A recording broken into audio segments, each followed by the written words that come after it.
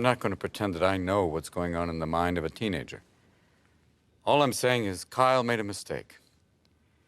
If you're that depressed, reach out to someone.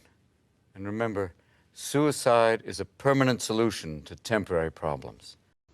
You know, as an alcoholic, I talk about, some warning signs, like DUIs in a cul-de-sac, things like that. The idea of, have you been through it, to talk about it and see, this is what you go through. Heart surgery, alcoholism. I went to rehab in wine country just to keep my options open. And the idea of, these are things you got to talk about. Well, you got your own vineyard. Yes, that's like Gandhi owning a delicatessen. What are you doing? This is not for my consumption. So you were dry for 20 years? Yes. Why did you fall off? I was in a little town in Alaska. It wasn't the end of the world, but you can see it from there. And it was like all of a sudden I thought, I could drink. It's also that same thought you have if you look off a large building and go, I can fly. And within a week it was like, gone, And now, I realize I can't. So that was the gift, How vividly can you remember falling into the trap in the first place with cocaine and alcohol? I don't vividly remember anything from that. It's like there is this thing for alcoholics called a blackout, which isn't really a blackout. It's more like sleepwalking with activities. And I believe it's your conscience going into a witness protection program, going, you're about to have sex with a hobbit. I've got to go now. Good luck. I'm checking out. I'm leaving the body on, but we're not going to remember anything. Good luck to you. Take care. But do you remember getting into it? Getting into it? No. Was I it a remember gradual thing? Or? It was very gradual. It was just, and you're off, Oh, yes. You're off and running.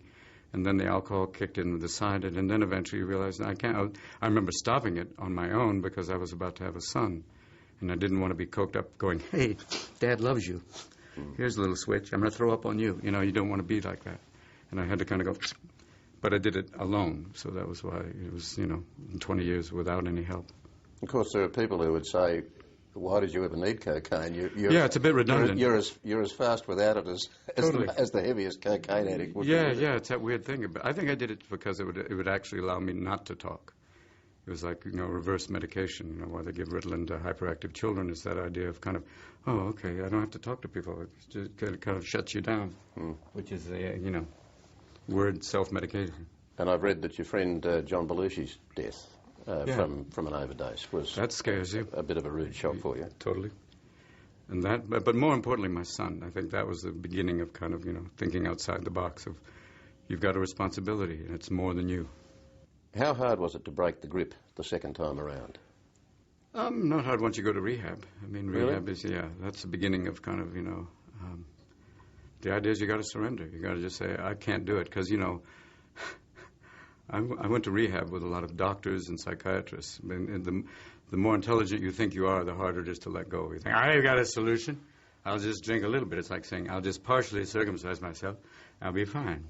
And then you have to go, nope, you lose. You can't do it. You need help. And at that point, that's the beginning. And then, once you do that, you're out and run.